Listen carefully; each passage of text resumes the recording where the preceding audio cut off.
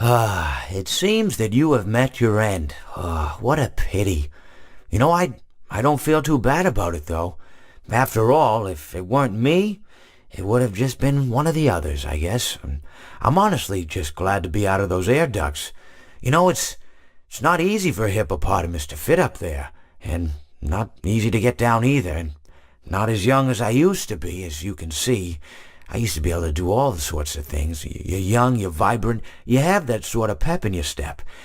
It reminds me of a conversation I was having with one of my good friends, Orville. We were having a nice picnic one day. I believe it was summer. No, perhaps it was... Was it the fall? Yes.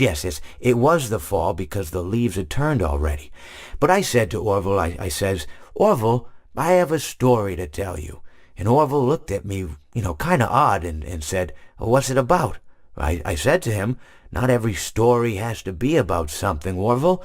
Sometimes a person just wants to talk. Why does everything have to be a story? I said to him.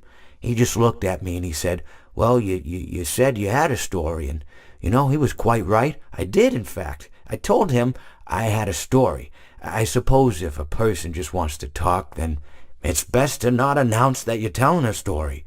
Telling a story does come with its own pressures and expectations, I suppose.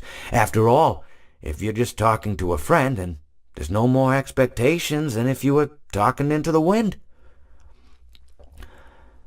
Words by themselves aren't expected to carry, aren't expected to stick. But if you announce you're telling a story, well then, there'd better be a point to it all, No one wants to sit and listen to someone ramble on and on and on with absolutely no end in sight.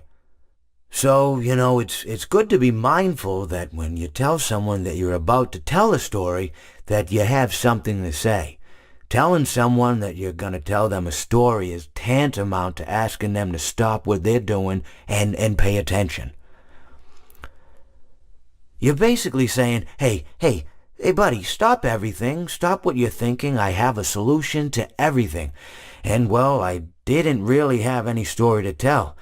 In hindsight, I probably just misspoke when I said that I had a story. I think it would have just been better to tell Orville that I wanted to tell him something rather than tell him that I had a story. But, even then, it might have put too much importance on the whole thing.